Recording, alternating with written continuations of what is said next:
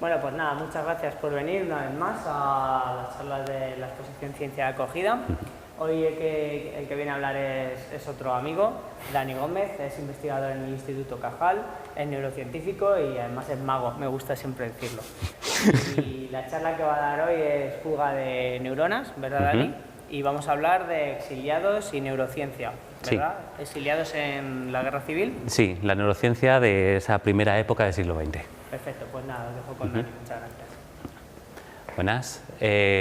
Bueno, tal y como ha dicho Quique, yo soy neurocientífico, no soy historiador, por lo tanto he tenido que buscar mucha información para hacer esta charla, lo cual ha sido muy interesante, porque he aprendido bastante sobre el campo de investigación en el que yo mismo trabajo y mi propio centro de trabajo. Yo trabajo en el Instituto Cajal y, como veréis, es una pieza fundamental en la historia que voy a contar. Bien, como no tengo diapositivas y tengo que hablar durante media hora, voy a mirar esto porque si no los años van a bailar mucho, ¿vale? No voy a leer, solamente voy a mirar esto muy fijamente. No voy a leer, queda muy feo. Entonces, voy a mirar fijamente. Primero, para entender un poco el contexto de qué vamos a hablar cómo era la ciencia en España a finales del siglo XIX, antes de empezar esta historia, ¿vale? Era una época, tuvimos bastantes problemas políticos y llega Isabel II, llega el régimen isabelino y más o menos hay una estabilidad política que permite haber ciencia. Normalmente cuando hay una inestabilidad política no va a haber ciencia, mentalizaros, porque es imposible conseguir dinero o conseguir recursos suficientes. Entonces, con Isabel II sucede una cosa, que es que los investigadores son todos profesores de universidad. No existe el oficio de investigador en España en este momento. La única manera de conseguir investigar es siendo profesor de una universidad y investigando por las tardes, mientras no estás en tu clase, por las mañanas o en tus tiempos libres, ¿vale? No existe casi ningún, por no decir ningún investigador en este momento que pueda dedicarse a investigar porque no tiene dinero, no tiene ninguna manera de conseguir dinero investigando.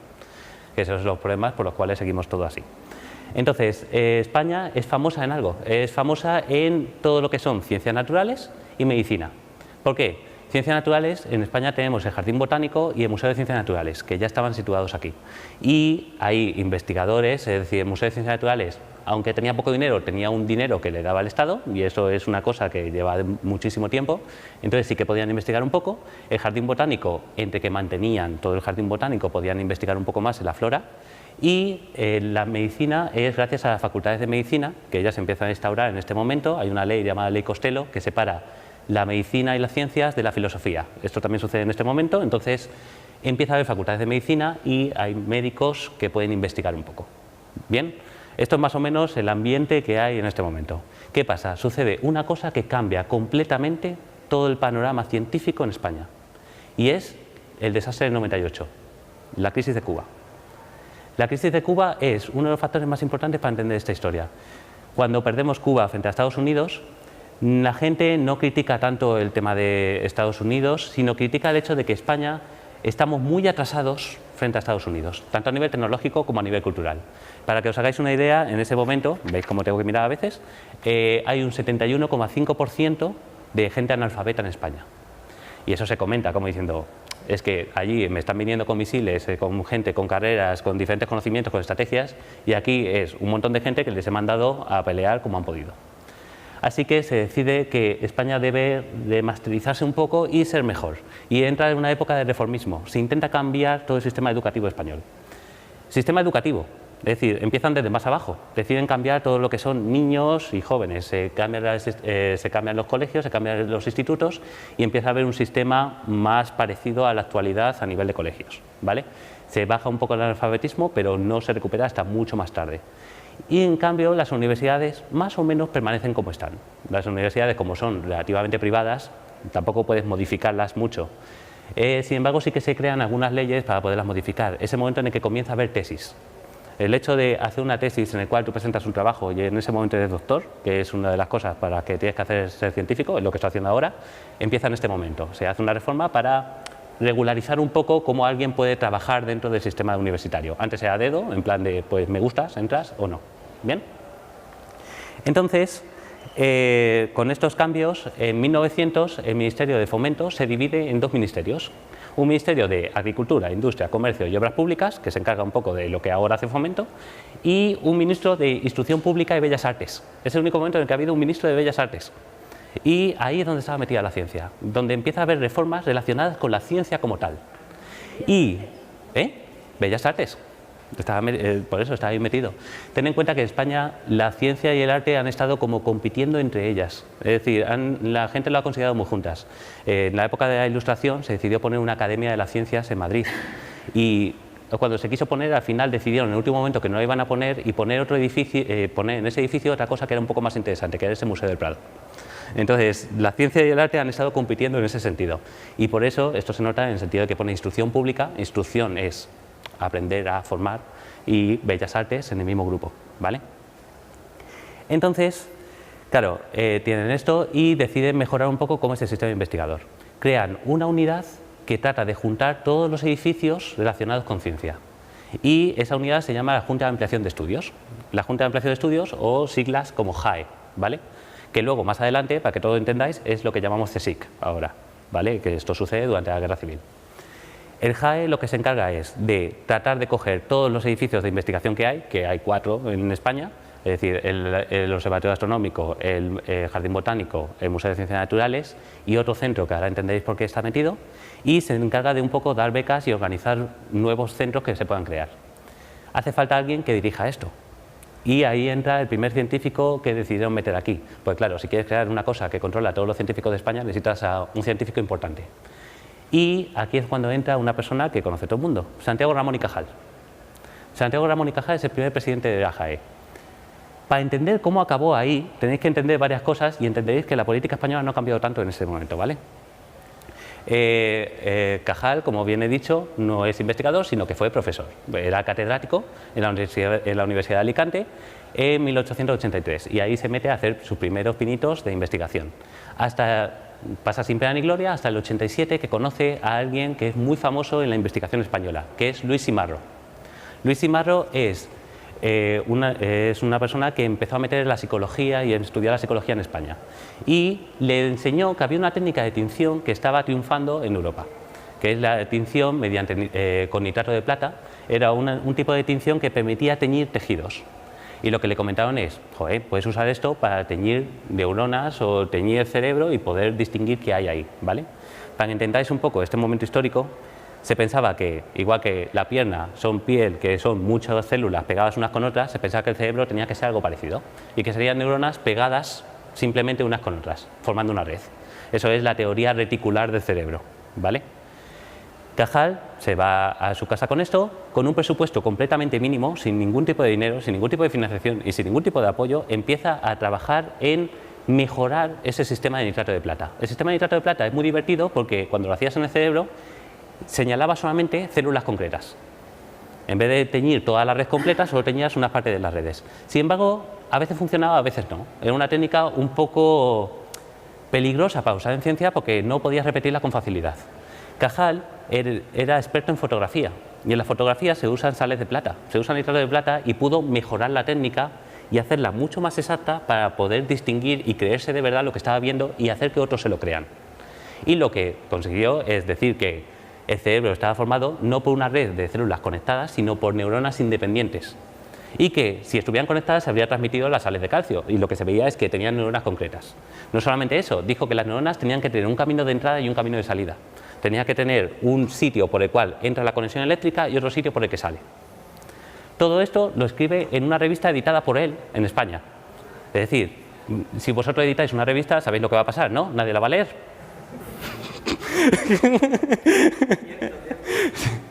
O al menos no tiene tanta difusión como una revista internacional.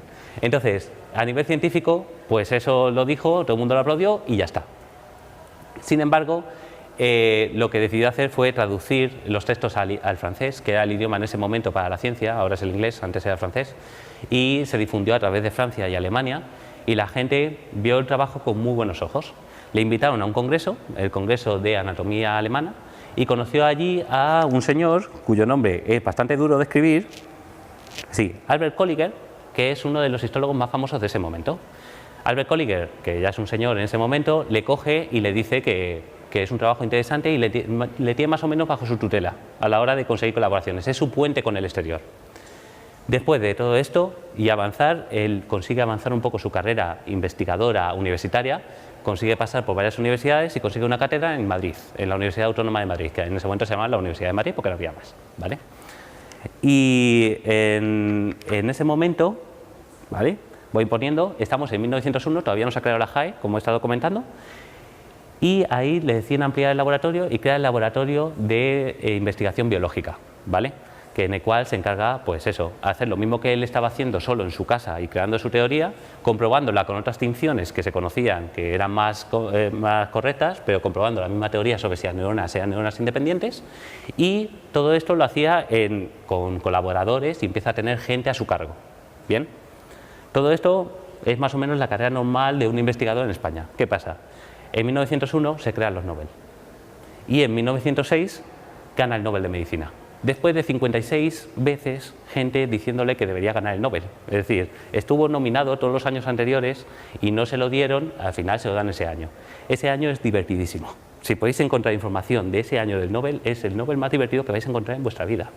Porque el discurso que da de los Nobel, a él le dan el Nobel junto con otra persona, junto con Golgi, que Golgi fue el creador de la técnica de nitrato de plata que he comentado que Simaro le dijo. Entonces, ¿qué pasa? A Golgi le han dado porque promovió la idea del nitrato de plata y a Cajal se lo dio por interpretar lo que se veía con el nitrato de plata. Hasta aquí todo correcto, si no fuera porque Golgi seguía convencido de que el cerebro estaba formado por una red y no creía en nada de lo que decía Cajal. Y les han dado el premio a los dos.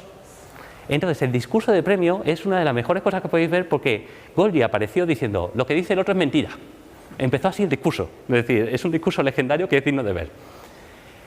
Él vuelve a casa con su premio y aquí es una de las cosas que descubriréis porque pasa 2 veces durante esta charla. Cuando te dan un premio Nobel, el país en el que estás empieza a hacerte caso, ¿vale? En España descubren que hay alguien que ha ganado un Nobel. No lo sabían. Y un año después crean la JAE y le ponen como presidente. Bien, entonces ya tenemos la JAE creada para poder controlar un poco las investigaciones. La primera medida que hace Cajal es una medida bastante inteligente.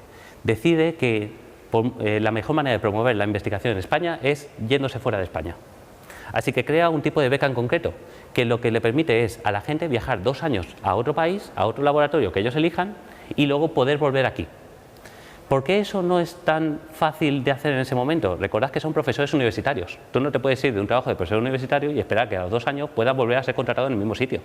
Otra cosa es la investigación, pero tu trabajo es profesor. Entonces, esto era un acuerdo que permitía hacer con la universidad y con un dinero adicional que daba el Estado para poder permitir a la persona que viva en otro lado con un dinero sin necesidad de estar trabajando de profesor y poder volver otra vez aquí y mantener tu trabajo, ¿vale? Toda la gente que vais a ver a partir de ahora consigue una beca de ese estilo, consigue una beca de estancia de Ramón y Cajal.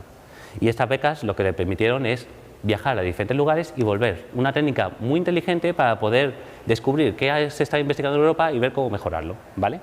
Cajal consigue un montón de gente a su cargo y hay varias personas que son los más importantes. Se crea una cosa llamada la Escuela Histológica de Cajal, que es toda la gente que trabaja mirando neuronas. Si os pensáis, Cajal no es experto en nada más allá de mirar neuronas. Él usaba tinciones, iba cambiando los sistemas de tinción y miraba la forma de las neuronas y trataba de entender cómo esas neuronas estaban conectadas. No trabaja ni con modelos de enfermedad, ni trabaja con otro tipo de cosas que no sean neuronas, ¿vale? Sin embargo, sus colaboradores empiezan a buscar otro tipo de estrategias y la JAE, recordad que también permite crear nuevos laboratorios, según iban consiguiendo más dinero.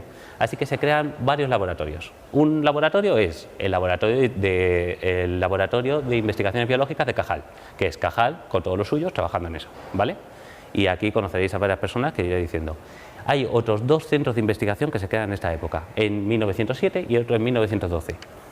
Y hay fotos aquí de ellos, porque son laboratorios que se crean a través de Cajal, pero Cajal no es el director. Bien.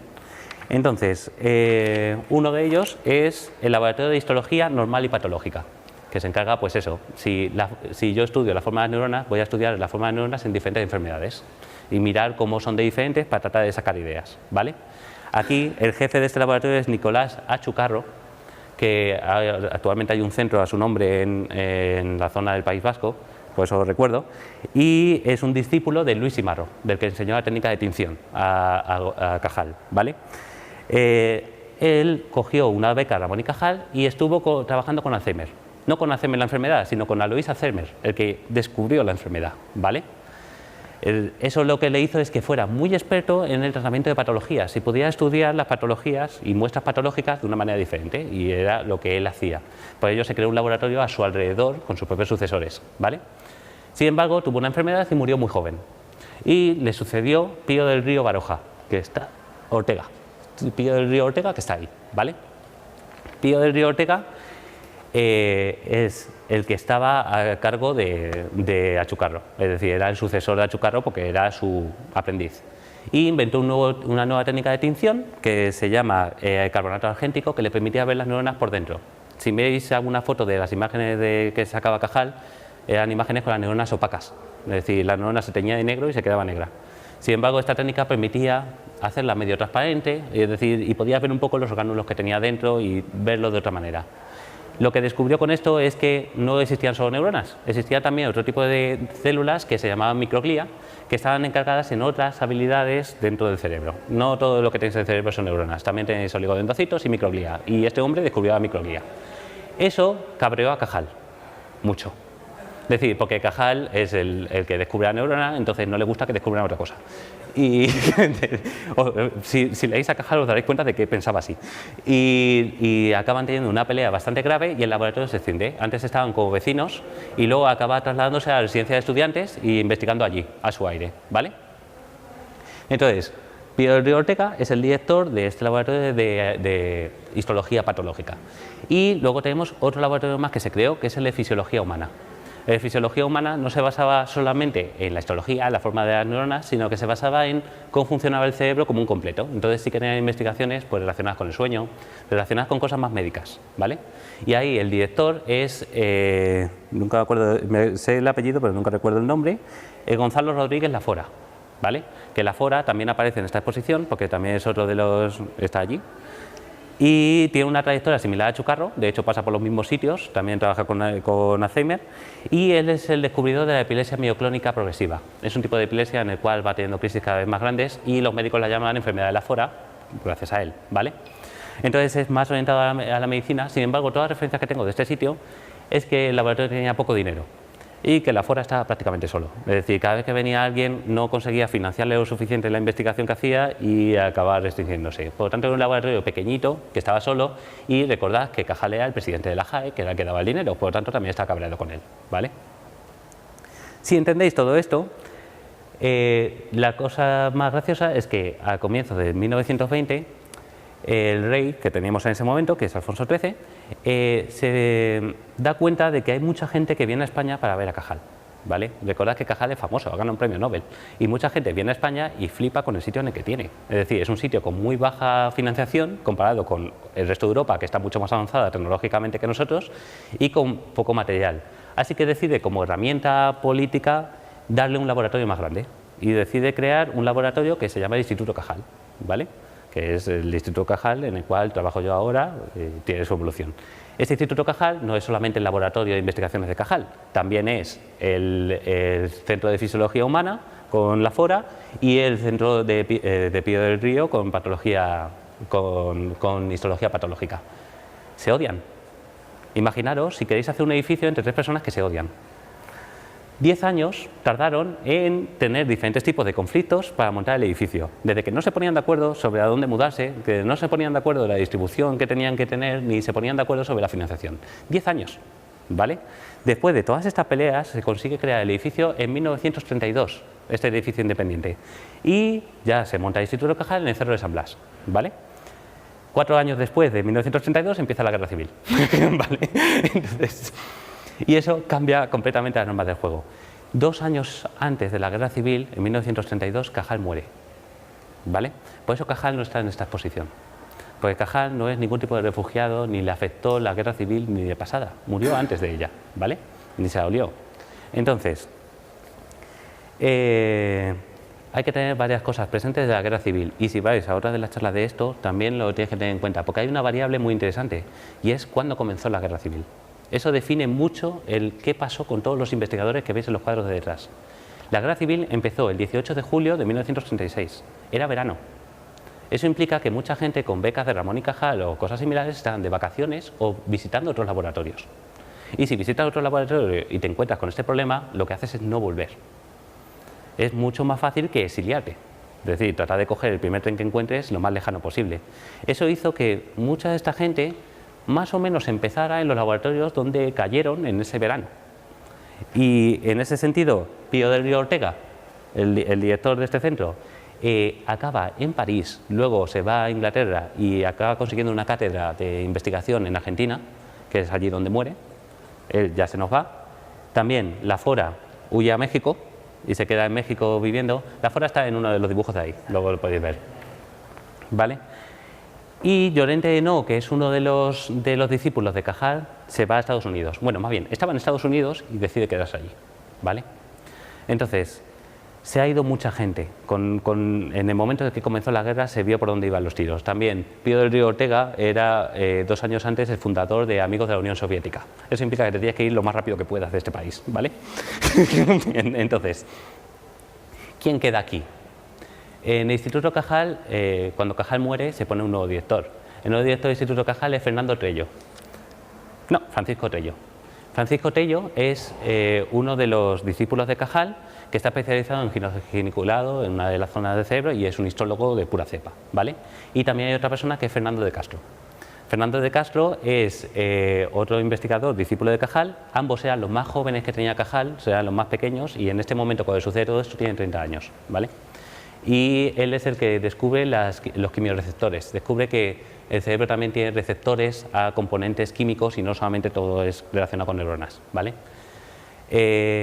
Ellos se quedan a cargo del Instituto Cajal, son de los que no huyen y hacen una de las cosas más extrañas que podéis ver en los investigadores y que te das cuenta de cómo de apartados realmente estamos en la sociedad o no estamos. Decidieron proteger el Instituto Cajal durante la Guerra Civil.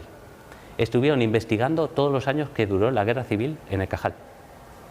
Y eso implica, tal y todas las descripciones que hay de la época, que no tenían ventanas, que no tenían comida para los animales de experimentación, estaban hambrientos, y que tenían a varios milicianos que acampaban cada cierto tiempo de un bando de otro en la entrada, ¿vale?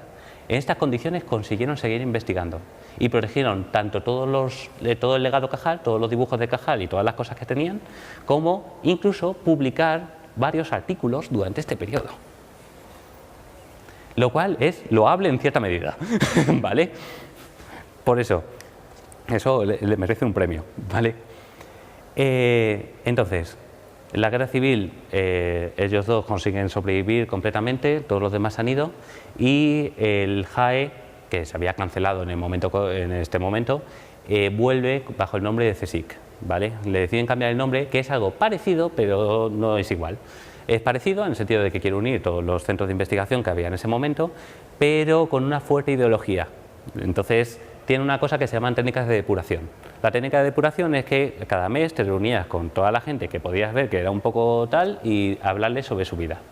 Si conseguías algún tipo de falta, pues o te quitaban la cátedra, o te quitaban, quitarte la cátedra en investigación, seguir recordando, es lo mismo que quitarte el dinero, así que te quedas sin ningún tipo de dinero, y Tello y Fernando de Castro perdieron todo el dinero, lo cual tiene bastante lógica, porque al fin y al cabo, en el momento que le preguntas por qué estuve 2 años investigando durante la Guerra Civil en vez de colaborando, entras en un momento en el que le quitan la cátedra, pero la recuperan ambos en los años 50, ¿vale? Así que están durante 10 años sin cobrar y sobreviviendo como pueden. A cambio, ellos consiguen crear un museo Cajal con todas las cosas que quedaban, y así para quedar bien con el CSIC, ¿vale? El CSIC, el director en este momento, quien lleva todo, es José María Albareda, ¿vale? Y a Albareda no le gusta la histología, ¿vale? Cajal se vuelve como un ser importante dentro de la cultura de la República, de investigación de la República. Es un símbolo Cajal. Y no le gusta Cajal, y no le gusta, por supuesto, los sucesores de Cajal. Pero, sin embargo, son gente importante, son gente valiosa y no te los vas a cargar así como así. Entonces, lo mejor que decide hacer es mantener el Instituto Cajal, pero bajarle muchísimo el presupuesto. Lo deja con un presupuesto mínimo y pasa de ser un foco principal de interés de la ciencia en España. Recordad que las investigaciones de Cajal seguían siendo importantes fuera, hasta 1940. En 1940 sucede algo que no depende de España. Se crea el microscopio electrónico. Es un tipo de microscopio que en vez de usar luz para mirar las células, usa electrones. De manera que te permite ver las cosas con una definición mucho mayor y, por supuesto, puedes ver las neuronas por dentro de una manera que nunca se había visto antes. Toda Europa está encantada con ese microscopio y todas las investigaciones de histología se hacen con ese microscopio. El Cajal no tiene dinero para comprar un microscopio, porque no se lo van a dar. De hecho, irónicamente, España tiene un microscopio, un microscopio electrónico, se lo dan a un instituto de óptica, pero el Instituto Cajal no tiene derecho a usar este microscopio, de manera que se queda atrás. Toda Europa sigue avanzando a nivel científico y España se queda completamente rezagada. Y el Instituto Cajal va perdiendo fuerza incluso a nivel externo. ¿Bien? De hecho, hay un debate con esto con Fernando de Castro. Fernando de Castro, que al final Tello se va y se queda como director, tiene una discusión con el director de CSIC en el que dice que el Cajal se está muriendo y el director de CSIC la única respuesta que le dio es todo muere algún día. Para que os hagáis una idea de cómo es el nivel, ¿vale? También otro detalle importante es, además del microscopio electrónico, la investigación de la neurociencia en Europa cambia, se vuelve más molecular. Entonces empieza el tema de proteínas y hay muchas investigaciones que no van de la neurona hacia afuera, de dónde están conectadas, que es la especialidad de Cajal, sino de la neurona hacia adentro. Cómo la neurona manda señal eléctrica y cómo recuerda la señal eléctrica anterior, ¿vale?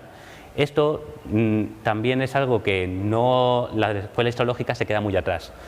Se decide crear un nuevo centro de investigaciones para tratar este tipo de temas, que es el Centro de Investigaciones Biológicas, que es el CIB, que sigue en activo. Y eso también relega más aún a toda la escuela histológica anterior, ¿vale? Y otro detalle importante, y esto es lo mismo que he dicho antes, cuando ganas un Nobel, el país te quiere. Y ahí tenemos a Severo Ochoa, ¿vale? Severo Ochoa se fue de España durante la Guerra Civil y ganó un premio Nobel con una investigación que era completamente americana, tanto a nivel de financiación como a nivel de colaboración, como todo. Sin embargo, España, en cuanto ganó el Nobel, que lo ganó en 1959, España lo vende como un español ha ganado el Nobel, ¿vale? Y deciden, como sea, traerlo a España. ¿Por qué? Porque es que es un Nobel, es decir, quieren volver a hacer lo mismo que con Cajal, de coger y crear todo un centro de investigaciones alrededor de él, pero usando a Severo Ochoa. Severo Ochoa no se deja. Le vuelven doctor honoris causa en la Universidad de Oviedo, le vuelven consejero del CSIC a nivel oficial, él mismo rechaza la nacionalidad española, dice que no quiere ser español bajo ningún concepto. Es decir, y todo esto se queda así en stand-by mientras él le va dando largas hasta que Franco muere, ¿vale? En 1975. En 1976 se crea un centro a su nombre, que es el Centro de Biología Molecular Severo Ochoa. Y en ese momento sí que Severo Ochoa decide venirse a España. Primero viene a ratos y es como un presidente simbólico, acaba quedándose como un presidente real y acaba viviendo aquí hasta morir, ¿vale? Entonces, queda eso. El Cajal, ¿qué pasó con él? Después de estar muy restringido en la historia, en 1989 lo cambian a un nuevo edificio que está subiendo la calle del Serrano, con nuevas investigaciones, con nueva gente trabajando ahí, y todavía siguen peleándose por las mismas cosas. Por lo tanto, no hay mucho más que contar. Recordad que no soy historiador, es decir, podéis preguntarme, pero Internet sabe más que yo. Y nada, mucho más. Gracias a todos.